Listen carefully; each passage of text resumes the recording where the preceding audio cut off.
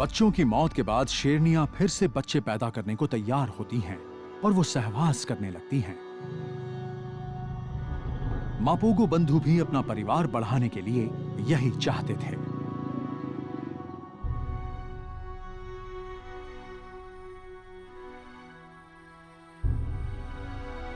करीब 3 महीने के दौरान इस इलाके में शेर के जितने भी बच्चे थे वो सब मारे गए और मापोगो बंधुओं ने उन्हें खा लिया।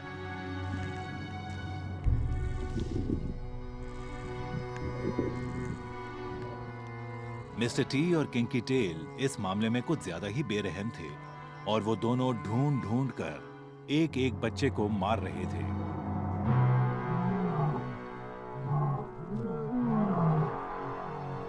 अपने पहले ही साल में मारे जाने वाले शेर के करीब 1/4 बच्चे दूसरे शेरों का ही शिकार बनते हैं।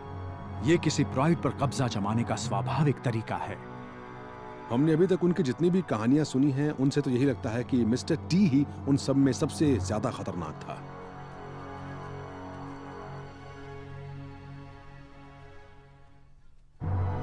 शेरों का ये खून खराबा आमतौर पर बच्चों की मौत के बाद खत्म हो जाता है, लेकिन मापोगो बंधुओं का गठबंधन इससे बिल्कुल ही अलग था।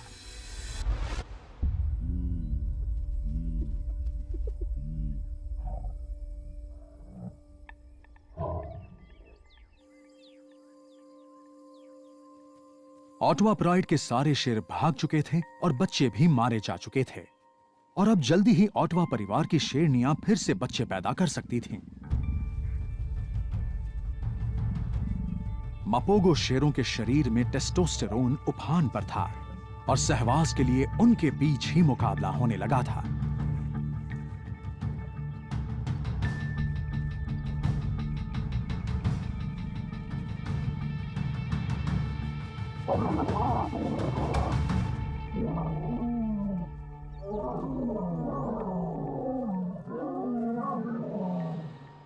वो तो इस कदर जोश में थे कि उन शेरनियों की भी जान लेने लगे थे जो उनके साथ सहवास करने को तैयार थीं।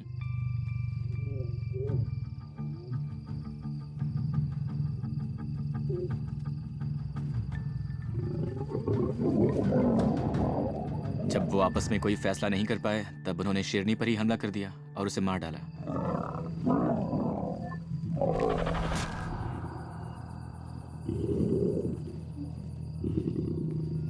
मैंने सबसे पहले यही देखा कि मिस्टर टी एक शेरनी की पीठ में अपने दांत गड़ा रहा है। फिर वो उसका गला घोंटने लगा।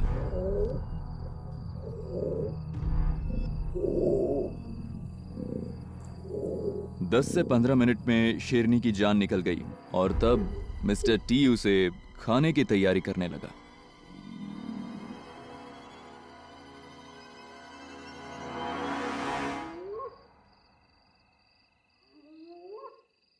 सच कहूं तो मापोगो बंधुओं की कुछ हरकतें ऐसी थी जो बड़ी ही अनोखी थीं, जैसे कि शेरनियों को मारना।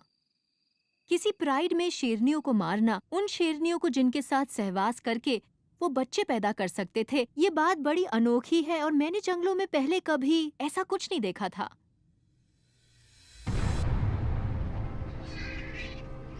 अगले 1 साल के अंदर मापोगो बंधु एक के बाद एक प्राइड पर कब्जा करने लगे और जो भी शेर उनके लिए खतरा बनता वो उसे मार डालते। मुझे नहीं लगता कि हम में से कोई दावे से ये कह सकता है कि मापोगो बंधुओं ने कितने शेरों की जान ली थी। उनकी वजह से शेरों की आबादी भी अचानक कम होने लगी थी। एक बार तो हमें लगा था कि उन्होंने सैबी सैंड में एक ही साल में करीब 100 शेरों की जान ले ली थी। इतने शेरों का मारा जाना छोटी बात नहीं है। ऐसा लग रहा था कि मापोगो बंधुओं के रहते हुए साबी सैंड में कोई भी शेर सुरक्षित नहीं है। मापोगो बंधुओं से जीत पाना नामुमकिन सा था, लेकिन उनके दबदबे को टक्कर मिली उनके गठबंधन के अंदर से। मैंने मिस्टर टी और मखुलू के बीच हुई लड़ाई जैसी लड़ाई कभी नहीं देखी थी।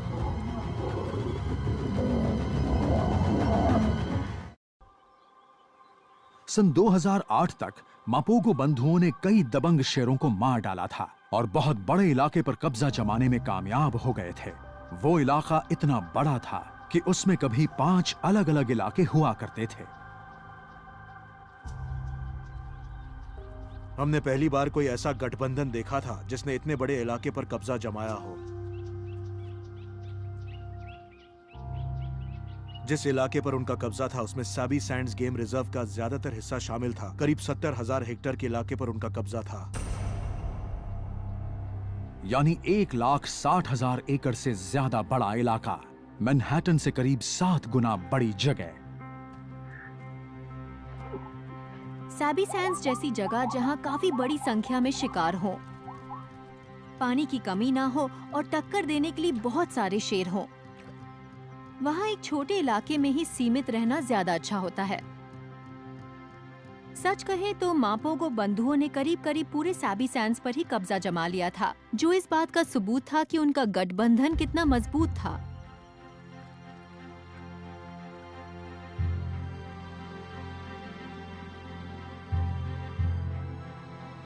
सारे विरोधियों को खत्म करने के बाद मापोगो बंधु करीब 8 प्राइड पर कब्जा जमा चुके थे।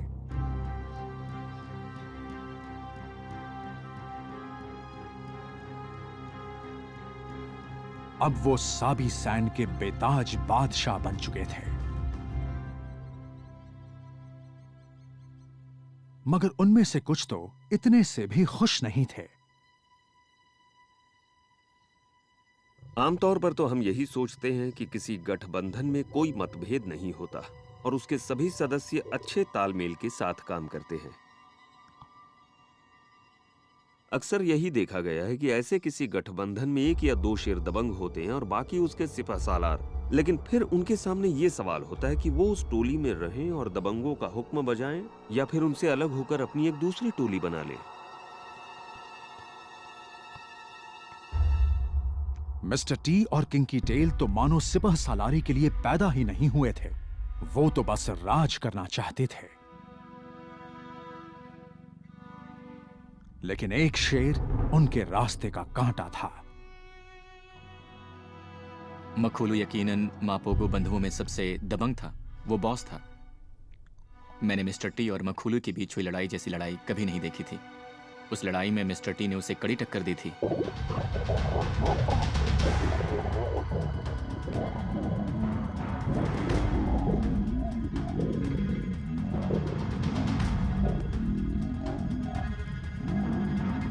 मखोलू ने उसकी एक टांग दबोच ली थी, जिससे मिस्टर टी घायल हो गया था।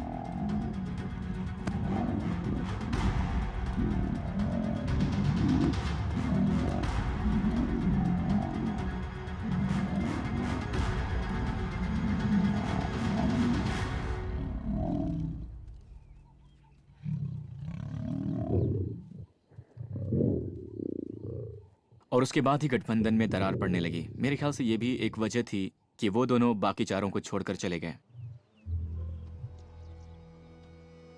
ज्यादातर फील्ड गाइडों ने पहली बार 6 शेरों का ऐसा कोई गठबंधन देखा था, लेकिन किसी ने भी सोचा नहीं था कि उस गठबंधन के भी 2 टुकड़े हो जाएंगे। लेकिन सन 2008 में यही हुआ।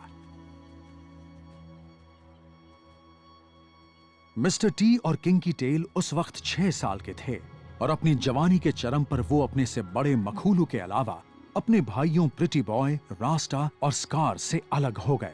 मैंने तो सोचा भी नहीं था कि ऐसा कुछ होगा, लेकिन एक गठबंधन अब 2 टोलियों में बंट चुका था और दोनों अपने अलग अलग इलाके पर राज करने लगे। पर उनके इलाके भी एक दूसरे के करीब ही थे। पुरानी टोली से अलग होने के बाद मिस्टर टी और किंकी टेल ने अपने पुराने इलाके के उत्तर मध्य के इलाके पर कब्जा जमा लिया, जबकि बाकी बचे चारों शेर पश्चिम में चले गए। सच कहें तो किंकी टेल और मिस्टर टी उस इलाके पर राज कर रहे थे। पहले तो हमें भी ये बात अच्छी नहीं लगी थी, लेकिन उन्होंने जो किया उसके बाद तो यही लगने लगा था कि ये दोनों वाकई शेर हैं। हम उन शेरों को बचपन से जानते थे और हम उनसे प्यार करने लगे थे। मिस्टर टी और किंकी टेल को एक दूसरे का साथ बहुत पसंद था। उनके बीच बड़ा ही कमाल का तालमेल भी था।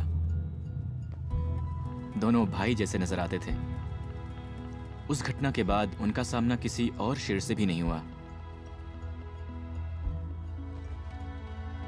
वो अपने पुराने साथियों से भी कभी-कभी मिलते थे, पर अब उनके इलाके अलग-अलग थे। मिस्टर टी और किंकी टेल अब अपना पूरा ध्यान अपने बच्चे पैदा करने पर लगाने लगे थे।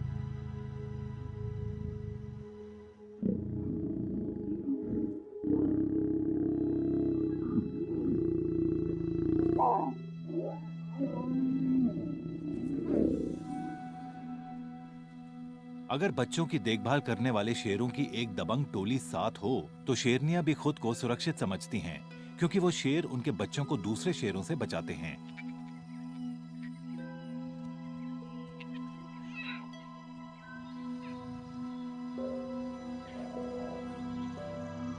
उस वक्त वहां शेरों के काफी बच्चे थे और मेरे ख्याल से ओटावा और शमूमी प्राइड में कुल मिलाकर करीब 15 बच्चे थे।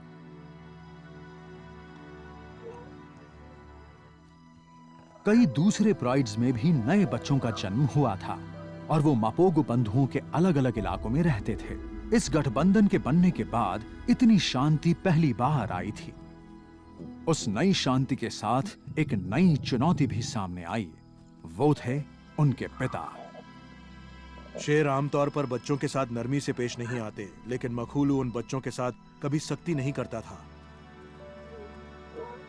हमने कई बार देखा कि बच्चे उसकी पीठ पर चढ़ जाते हैं, उसका आयाल खींचते हैं, मगर वो हमेशा शांत ही रहता था। अच्छा पिता बनने के लिए सिर्फ अपने बच्चे के सिर पर हाथ फेरना ही काफी नहीं होता, उसे पूरे इलाके में गश्त भी लगानी पड़ती है ताकि कोई घुसपैठिया ना आ जाए।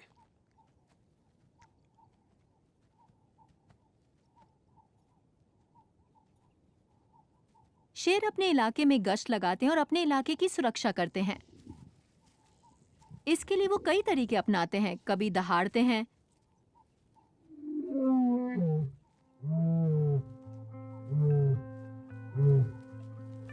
तो कभी गंध के निशान छोड़ते हैं। इस तरह गश्त लगाने से वो अपनी मौजूदगी का सबूत देते हैं। ये सब कुछ वो उस इलाके में रहने वाले दूसरे शेरों को ये चेतावनी देने के लिए करते हैं कि ये मेरा प्राइड है, मेरा इलाका है, और अगर तुमने इसके अंदर घुसने की कोशिश की तो अच्छा नहीं होगा। मापोगो बंधुओं के इलाके के पश्चिमी भाग में एक शेर अपनी टोली की सीमा की रक्षा पूरी शिद्दत से कर रहा था।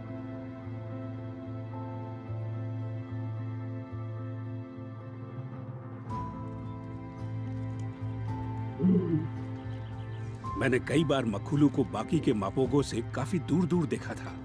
उसे देखकर मैं यही अंदाजा लगा पाया कि वो अपने इलाके की गश्त लगा रहा है।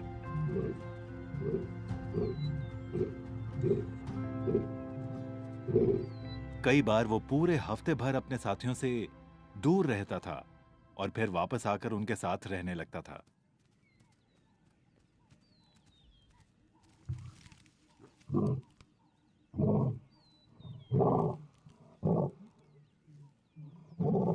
उसकी सबसे बड़ी वजह यह थी कि उन्हें बहुत बड़े इलाके की गश्त करनी पड़ती थी और गश्त लगाने का काम वो अक्सर अकेले ही करता था।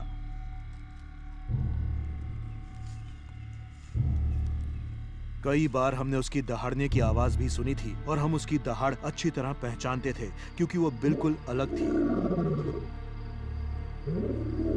मैंने आज तक किसी शेर को मखूलू की तरह दहाड़ते हुए नहीं सुना।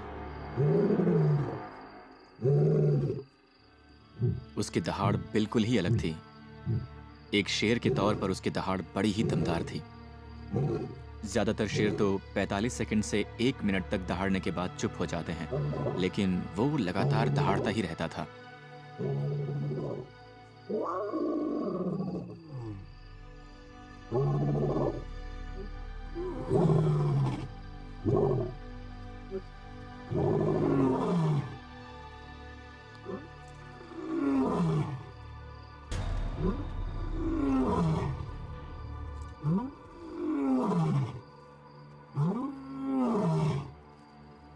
सन 2010 में मापोगो बंधुओं के दखल के बाद 4 साल बीत चुके थे। मखूलू अपने इलाके की सरहदों की सुरक्षा कर रहा था और उसका काम पूर्व में अपनी सरहदों की सुरक्षा कर रहे मिस्टर टी और किंकी टेल से ज्यादा आसान था। उनकी पूर्वी सरहद का ज्यादातर हिस्सा तो क्रूगर नेशनल पार्क से जुड़ा हुआ था और वहां कई ऐसे बंजारे शेर रहते थे जो मिस्टर टी और किंकी टेल के इलाके के अलावा उनके प्राइड पर भी कब्जा जमाना चाहते थे। जहां भी बंजारे शेर रहते हैं या शेरों की कोई और बड़ी टोली रहती है, वहां हमेशा खतरा बना रहता है, क्योंकि वो हमेशा दूसरे प्राइड पर कब्जा जमाने की ताक में रहते हैं। हमने कई बार देखा कि क्रूगर से कुछ बंजारे युवा शेर उनके इलाके में आ गए, पर हर बार मिस्टर टी और किंकी टेल ने उन्हें अपने इलाके से दूर खदेड़ दिया। वो एक तरह से रक्षाकर्मी जैसे थे, अक्सर दूसरे शेरों का सामना भी वही किया करते थे। दूसरे शेर मखूलू और दूसरे 3 शेरों तक तभी पहुंच सकते थे जब वो किंकी टेल और मिस्टर टी से बच निकले। 2 साल तक मिस्टर टी और किंकी टेल बाहरी घुसपैठियों से लड़ते रहे और न सिर्फ अपने इलाके को बल्कि पश्चिम में रहने वाले अपने भाइयों को भी बचाते रहे।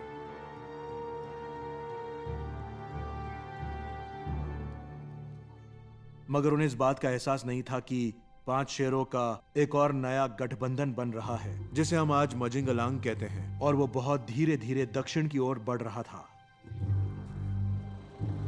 किसी एक बंजारे शेर का सामना करना एक बात थी, पर 5 शेरों के गठबंधन से निपटना मिस्टर टी और किंकी टेल के लिए भी इतना आसान नहीं था।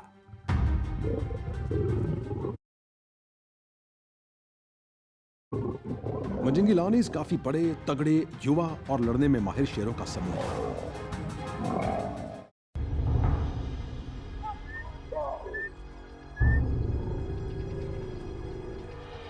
8 जून सन 2010 को मजिंगलान के नाम से मशहूर 5 शेरों की एक टोली साबी सैंड के उत्तरी पूर्वी इलाके में दाखिल हुई। मापोगो बंधुओं के कब्जे के बाद किसी ने उस इलाके में इतनी बड़ी टोली को नहीं देखा था।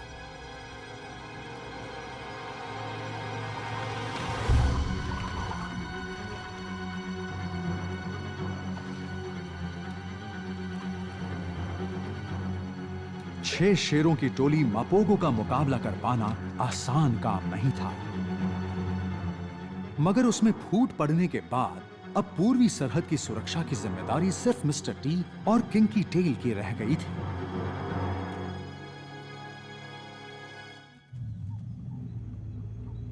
लेकिन अब मापोगो गिनती में कम थे। 2 भाइयों का मुकाबला 5 शेरों से था। चूंकि उसका नाम मिस्टर टी था और साथ में रहने वाला किंकी टेल था और दोनों पहले कभी किसी लड़ाई में हारे नहीं थे, इसलिए वो ये मानने को तैयार नहीं थे कि वो इन हालात का सामना नहीं कर सकते। लेकिन मजिंगिलानीज काफी बड़े, तगड़े, युवा और लड़ने में माहिर शेरों का समूह था।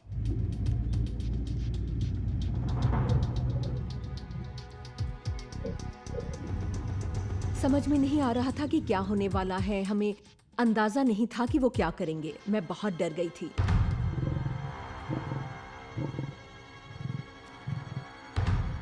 वो युवा शेर बड़ी तेजी से आगे बढ़ रहे थे।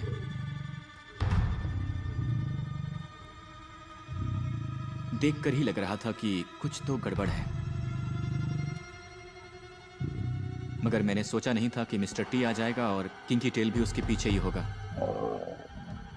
मिस्टर टी और किंकी टेल अचानक ही उसके सामने आ गए और करीब 100 मीटर दूर तक उन्होंने उसका पीछा किया। मजिंगलानी के शेर को टोली से अलग करने के बाद मिस्टर टी और किंकी टेल ने उस पर हमला कर दिया। मिस्टर टी ने पीछे से उसकी गर्दन दबोची और जमीन पर पटक दिया और किंकी टेल सीधे उसकी जांघ पर चढ़ गया।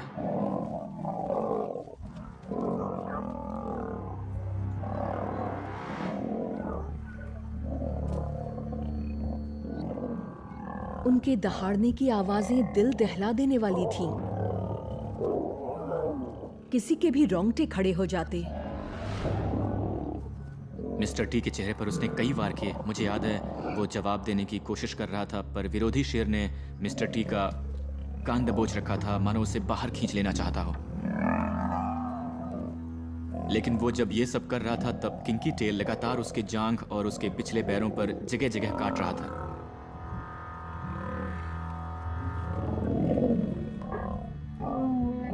और वो दहाड़ भी रहा था। दूसरे शेर पर हमला करते वक्त किंकी टेल भी दहाड़ रहा था। उसने अपने दुश्मन को दबोच रखा था और वो दहाड़ रहा था। मैंने पहले कभी ऐसा नजारा ना तो देखा था और ना ही सुना था। मैंने वैसा गुस्सा, वैसा आक्रामक रूप, वैसी ताकत पहले कभी नहीं देखी थी। मजिंगलान भी हार मानने को तैयार नहीं था। वो भी जवाब में हमला कर रहा था। 2 हैवीवेट शेर का सामना एक मिडिल वेट शेर से था और वो हार गया। उस दिन हमें पहली बार पता लगा कि दर्द होने पर एक शेर कैसे कराता है।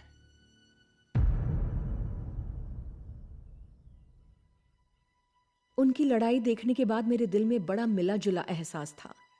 मैं इस बात से राहत महसूस कर रही थी कि उस जानलेवा लड़ाई में किंकी टेल या मिस्टर टी को ज्यादा कुछ नहीं हुआ था। घायल किंकी टेल और मिस्टर टी ने दिन भर अपने जख्मों का इलाज किया, जबकि मजिंगलांग को उन्होंने सड़क किनारे ही अधमरा छोड़ दिया था। एक बार फिर उन्होंने अपने इलाके की हिफाजत कर ली थी।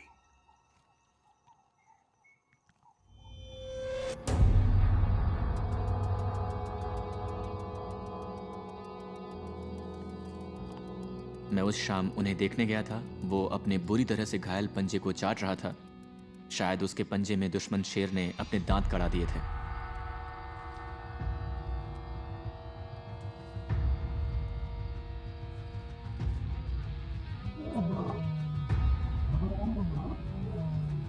रात में खाने के वक्त मैंने जंगल के खुले इलाके और लॉज के आसपास शेर की दहाड़ सुनी। अचानक ही एक रेंजर ने मेरे घर का दरवाजा खटखटाया और कहा, अपना कैमरा लीजिए और जल्दी से बाहर आ जाइए।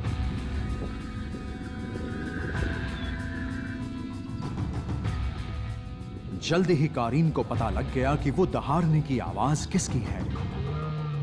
मजिंगलांग घुसपैठिए बढ़े चले आ रहे थे। हमने सड़क तक मजिंगलान शेरों का पीछा किया और तब मैं यही सोच रही थी कि नहीं, ये नहीं हो सकता, ये फिर से लड़ने वाले हैं। ऐसा लग रहा था कि मजिंगलानी शेर बदला लेने आ रहे हों।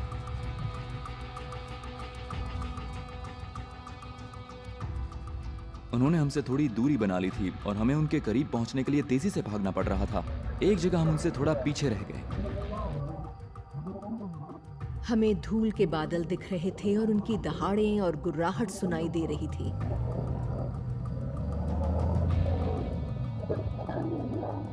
अचानक ही जबरदस्त लड़ाई शुरू हो गई। हमारी समझ में नहीं आ रहा था कि उनमें से कौन किस टोली का है। करीब जाने पर हमने देखा कि वो एक मापोगो ही है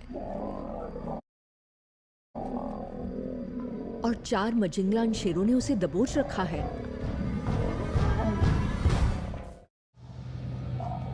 हमारी समझ में नहीं आ रहा था कि उनमें से कौन किस टोली का है। करीब जाने पर हमने देखा कि वो एक मापोगो ही है और 4 मजिंगलान शेरों ने उसे दबोच रखा है।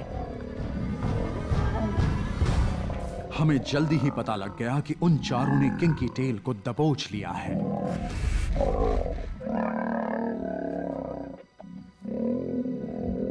वो बुरी तरह घायल था, पर भागने के लिए पूरा जोर लगा रहा था।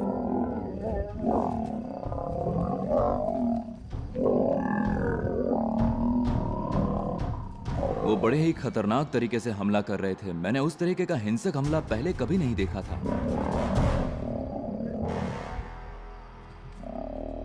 फिर वो उस बेचारे की चीर फाड़ करने लगे। उनमें से एक शेर उसके पिछले पैरों के बीच उसके जेनेटेलिया पर हमला कर रहा था, उसकी नर्म अंडरबेली पर। फिर अचानक ही हमने एक तेज आवाज सुनी, मानो कहीं गोली चली हो। वो आवाज रीढ़ की हड्डी टूटने की थी। ढेर सारा खून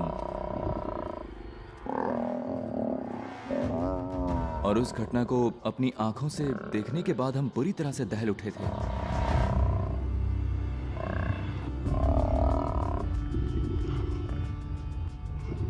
वो गंध, वो आवाज, वो नजारा, वो सब कुछ रोंगटे खड़े कर देने वाला था।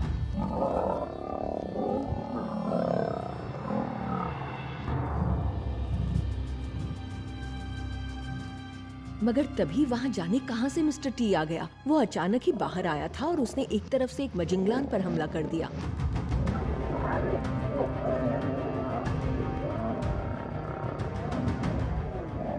किंकी टेल बुरी तरह से घायल था, मगर इस बात से भी मिस्टर टी अपने भाई को बचाने से नहीं रुका। उसने 2 मजिंगलानी शेरों पर हमला कर दिया। वो अपने भाई की मदद तो कर रहा था, पर जानता था कि वो कुछ कर नहीं पाएगा। तब वो अपनी दुम दबाकर भाग निकला। जिन 2 शेरों ने किंकी टेल को पकड़ रखा था, वो अभी भी उसे नोच खसोट रहे थे। फिर वो उसे छोड़कर उसके भाई मिस्टर टी के पीछे भागे।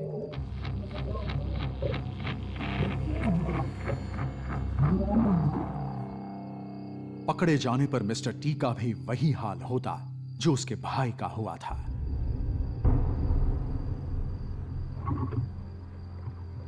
किंकी टेल बड़ी गहरी सांसें ले रहा था।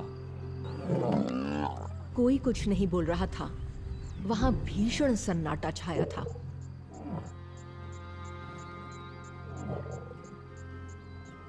हम उस शेर को बचाना चाहते थे, पर हमारे चाहने से कुछ नहीं होने वाला था, क्योंकि हम उनकी लड़ाई के बीच नहीं कूद सकते थे।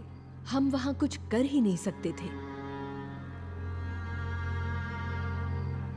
मिस्टर टी वहां से भागने में कामयाब रहा, लेकिन मजिंगलानी शेर अपना अधूरा काम खत्म करने लौट आए थे।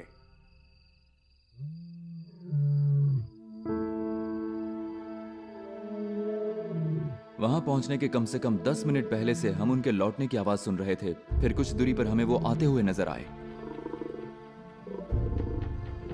वो समझ गए थे कि वो अब उसके ऊपर हावी हो चुके हैं और वो घायल भी है।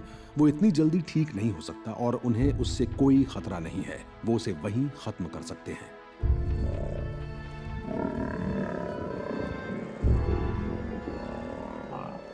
उस वक्त हम समझ चुके थे कि अब किंकी टेल को कोई नहीं बचा सकता। उसकी मौत तय है। किंकी टेल को उस हालत में देखना मेरी जिंदगी का सबसे बुरा अनुभव था।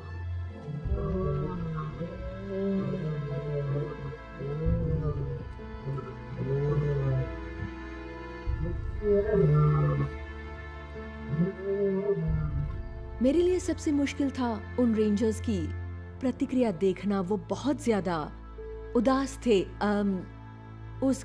उस घटना ने उनके दिल पर बड़ा गहरा असर किया था।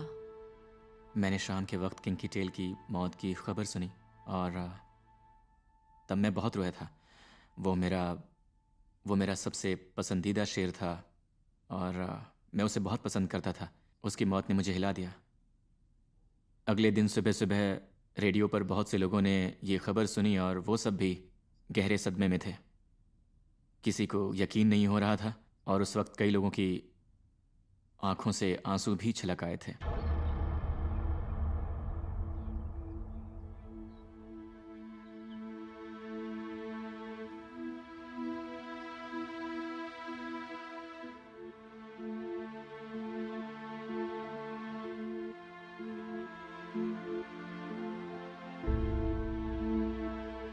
अगली सुबह हम सभी लॉज से निकल आए। हम ये जानना चाहते थे कि कल रात असल में क्या हुआ था। वहां पहुंचकर जो हमने देखा वो बहुत ही चौंका देने वाला नजारा था।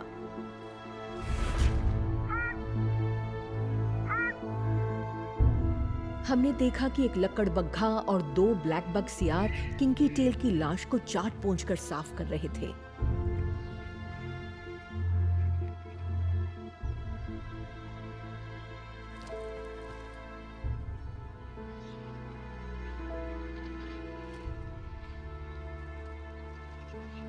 वो खत्म हो चुका था। इतने खूबसूरत और शानदार शेर की सिर्फ हड्डियां ही बची थी।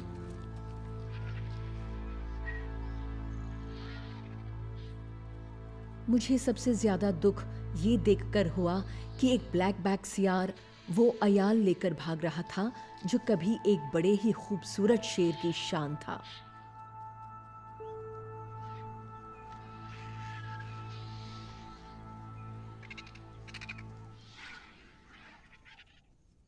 उसके बाद तो किंकी टेल हमेशा के लिए खत्म हो गया।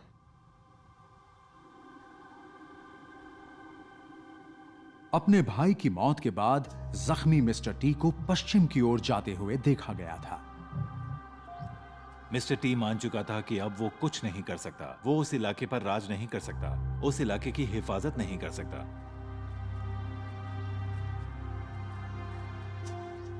मिस्टर टी समझ चुका था कि उसका सबसे बड़ा सहयोगी, उसका भाई, उसका दोस्त, वो जो उसके लिए कुछ भी कर सकता था, वो अब नहीं रहा। उसे यह एहसास भी हो चुका था कि अब वो उस इलाके पर अकेला राज नहीं कर सकता। मिस्टर टी ने सोच लिया था कि वो अपने पुराने गठबंधन के भाइयों के पास लौट जाएगा। हमें करीब 2 साल तक मिस्टर टी नजर नहीं आया और फिर अचानक एक सुबह वो हमसे करीब 80 से 100 मीटर दूर खड़ा था। वो दूर से ही अपने भाइयों को देख रहा था। मखूलू और उसके पश्चिम के गठबंधन के दोस्त अब बाप बन चुके थे और उन्हें अपने बच्चों की हिफाजत करनी थी। मखूलू अच्छी तरह से जानता था कि अगर कोई बाहरी शेर उसके इलाके में आ गया तो क्या अंजाम हो सकता है। भले ही मिस्टर टी कभी उसके भाई जैसा था, लेकिन अब वो एक घुसपैठिया ही था।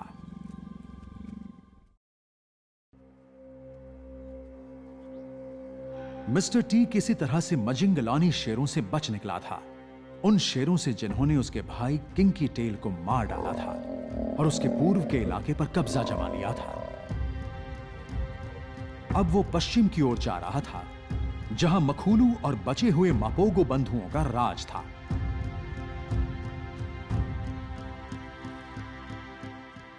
हिंसक मिस्टर टी की वजह से ही साबी सैंड का आज तक का सबसे बड़ा गठबंधन टूट चुका था। अब उसकी वापसी पर उसके भाइयों की क्या प्रतिक्रिया होगी? मखूलू मपोगो को मिस्टर टी की वापसी पर खुशी नहीं हुई थी, मगर वहां के बाकी तीनों मपोगो ने उसे कबूल कर लिया था।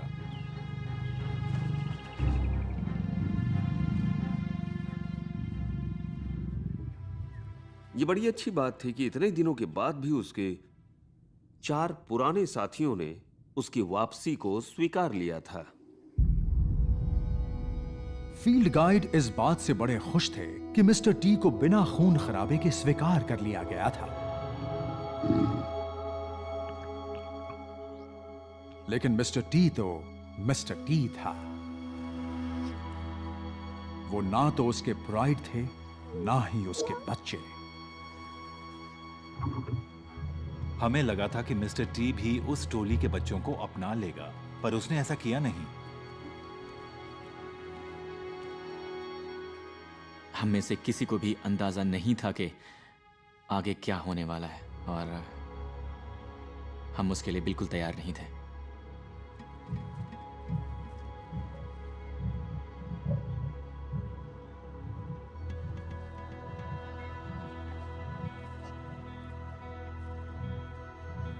कुछ ही दिनों के बाद उसने टोली के बच्चों को मारना शुरू कर दिया।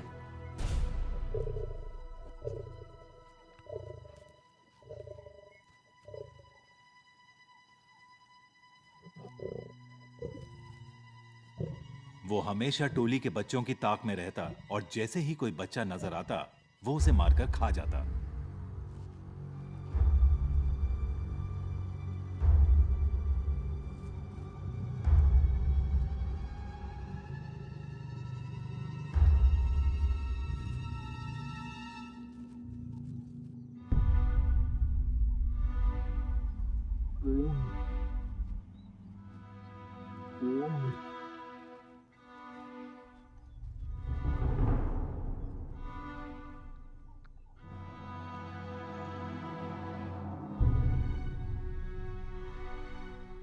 सबसे दिलचस्प बात तो यह थी कि उस टोली के दूसरे शेर इस ओर ध्यान ही नहीं दे रहे थे।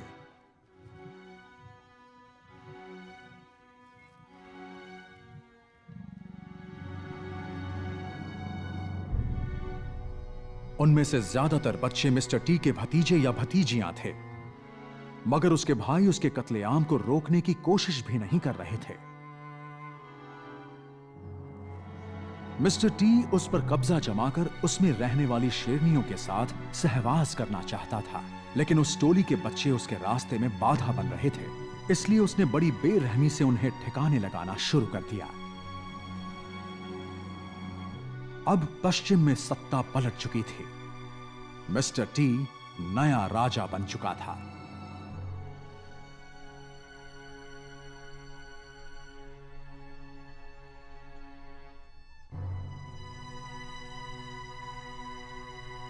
एक बार फिर से मिस्टर टी लौट आया था और उसने बच्चों को मारने के बाद फिर से अपना दबदबा बना लिया था। और उसके बाद हमें अंदाजा नहीं था कि आगे क्या होने वाला है, लेकिन मेरे ख्याल से सबके मन में यही था कि कुछ बुरा ही होने वाला है।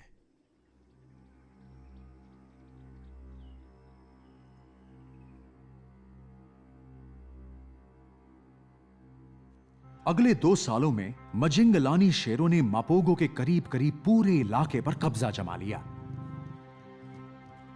घुसपैठियों ने मिस्टर टी और किंकी टेल के ज्यादातर इलाके और उनके प्राइड पर कब्जा कर लिया था और उनके सारे बच्चों को मार डाला था।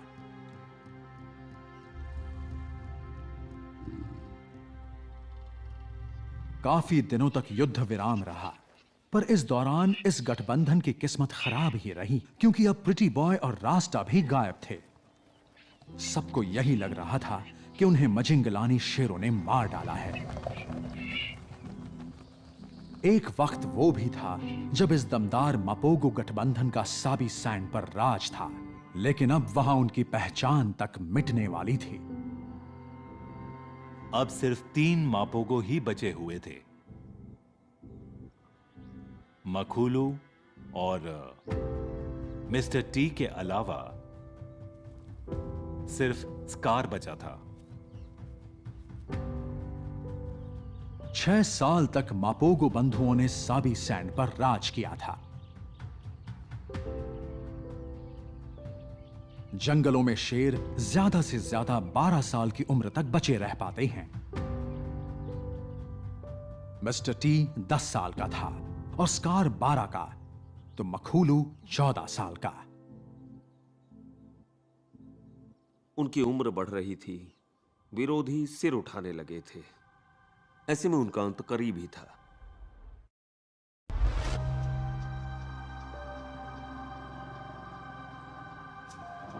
सोलह मार्च सन 2012 को 5 शेरों का एक और गठबंधन दक्षिण से मापोगो बंधुओं के इलाके में दाखिल हुआ। उस गठबंधन का नाम था सिलाटीज।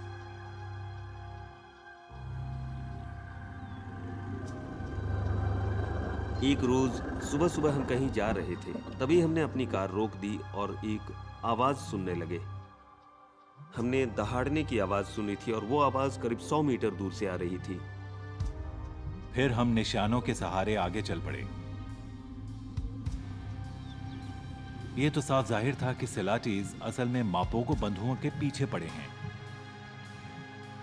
वो युवा और दमखम वाले थे। वो अभी जवानी में कदम ही रख रहे थे, इसलिए वो किसी से भी लड़ने को तैयार रहते थे।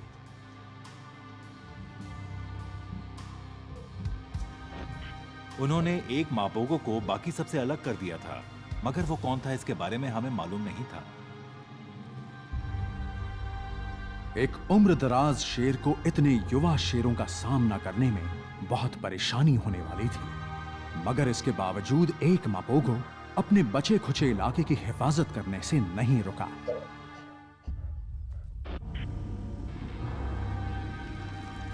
जब मैं मौका वारदात पर पहुंचा, तब तक मिस्टर टी पर हमला हो चुका था। आखिरी मापोगो सम्राट अपनी जान बचाने के लिए लड़ रहा था और वो अकेला था।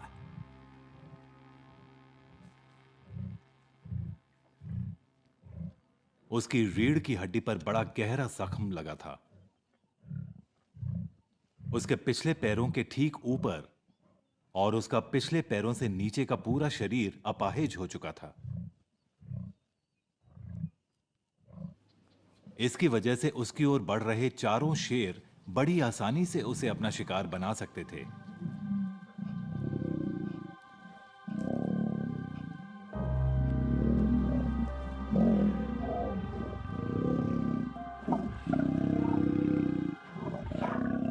वो उसे मारने के लिए बड़ी चालाकी भरी रणनीति अपना रहे थे। उनमें से एक उसका ध्यान बटाता और उनका दूसरा साथी पीछे से उसकी रीढ़ की हड्डी पर हमला कर देता। उन्होंने उसे गिरा दिया और करीब 15-20 सेकंड तक उसे बुरी तरह से नोचते खसोटते रहे।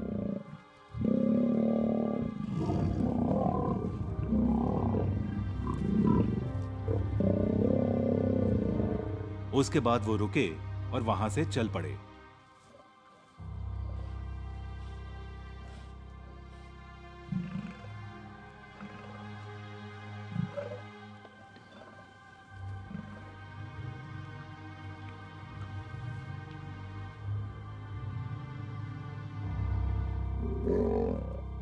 मगर कुछ ही देर बाद वो फिर से लौटे और एक बार फिर से वही खूनी खेल शुरू हो गया। मिस्टर टी उस वक्त अपनी जान बचाने के लिए लड़ रहा था।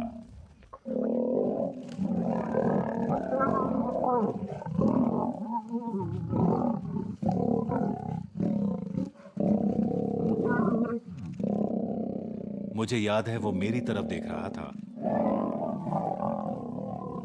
वो जिस तरह से उन शेरों का मुकाबला कर रहा था और इतनी बुरी तरह से घायल होने के बावजूद अपनी जान बचाने के लिए उन शेरों से जिस तरह से लड़ रहा था, उसी से पता लगता है कि वो कितना शानदार शेर था और कितना जिगर रखता था।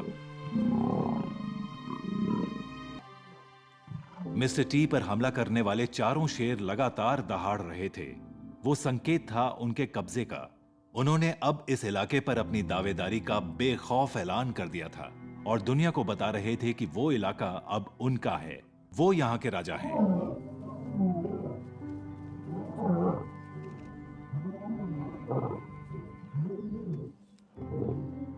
वो नज़ारा बड़ा ही चौंकाने वाला था। हम घबरा भी रहे थे, दंग भी थे और हमें अपनी आंखों पर बिल्कुल यकीन नहीं हो रहा था।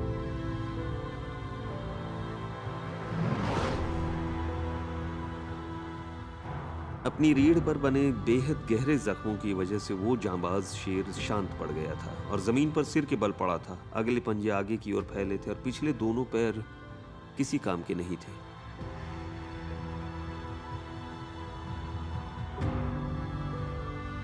वो उन जख्मों से उबर नहीं सकता था। मिस्टर टी का वो आखिरी दिन था और उस रोज उसकी मौत तय थी।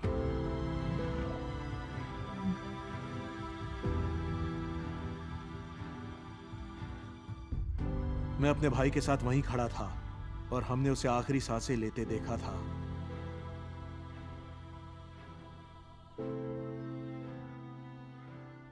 इस तरह से एक युग को खत्म होता देख किसी की भी रूह कांप जाएगी और मैं तो बस यही दुआ करता हूं कि अब कभी ऐसा नजारा देखने को ना मिले।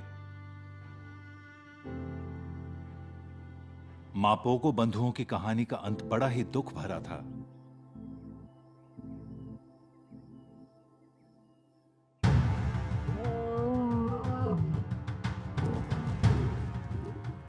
मैं तो यही मानता हूं कि मिस्टर टी एक शेर की तरह जिया और उसकी मौत भी एक जाबाज शेर जैसी ही हुई।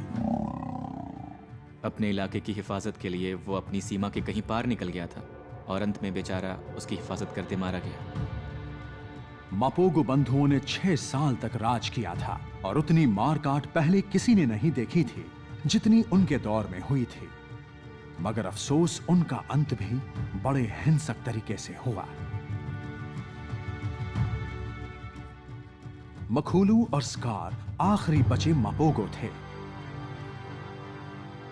वो अब काफी उम्र दराज हो चुके थे और चारों तरफ से दुश्मनों से घिरे हुए थे। ऐसे में बस एक ही रास्ता था, वो साबी सैंड से चले जाएं।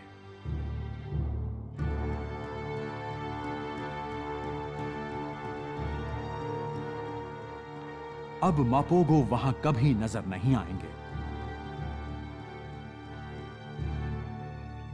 मगर आने वाली पीढ़ियों के लिए उम्मीद की किरण बाकी है।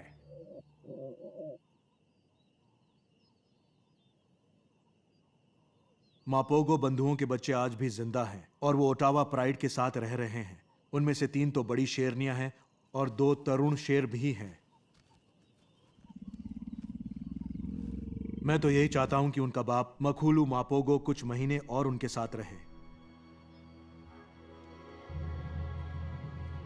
सच तो यह है कि सिर्फ उसके ही बच्चे मिस्टर टी के कत्लेआम से बच गए थे और मेरे ख्याल से ईश्वर ने यहां इंसाफ किया था। मैंने मापोगो बंधुओं के बारे में जितना सुना है उससे तो यही कह सकती हूँ कि वो बड़े ही अलग किस्म के शेर थे। भले ही एक इंसान होने के नाते हमें उनका व्यवहार हैवानियत भरा लगे, मगर सच तो यही है कि वो बेहतरीन शेर थे। 6 मापोगो बंधुओं ने वही किया था जो जंगल में जीने के लिए शेरों को करना पड़ता है, और ये खूबी उन्होंने अपने बच्चों को भी दी थी। मगर उनके बच्चे तो उनसे भी आगे निकल गए। उन्होंने नए इलाकों पर कब्जा करने के लिए नए नए तरीके अपनाए, और उसके लिए उन्होंने जितनी मार काट की उतनी हिंसा साबी सैंड में पहले कभी किसी ने नहीं देखी थी।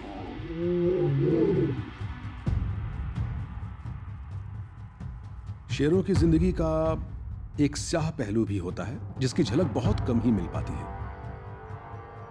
वो प्यारे होते हैं, शानदार होते हैं, उनकी जिंदगी शाही होती है पर बेहद मुश्किल होती है, खतरों से भरी। मगर मापोगो बंधुओं ने हमें दिखाया कि असली शेर किसे कहते हैं।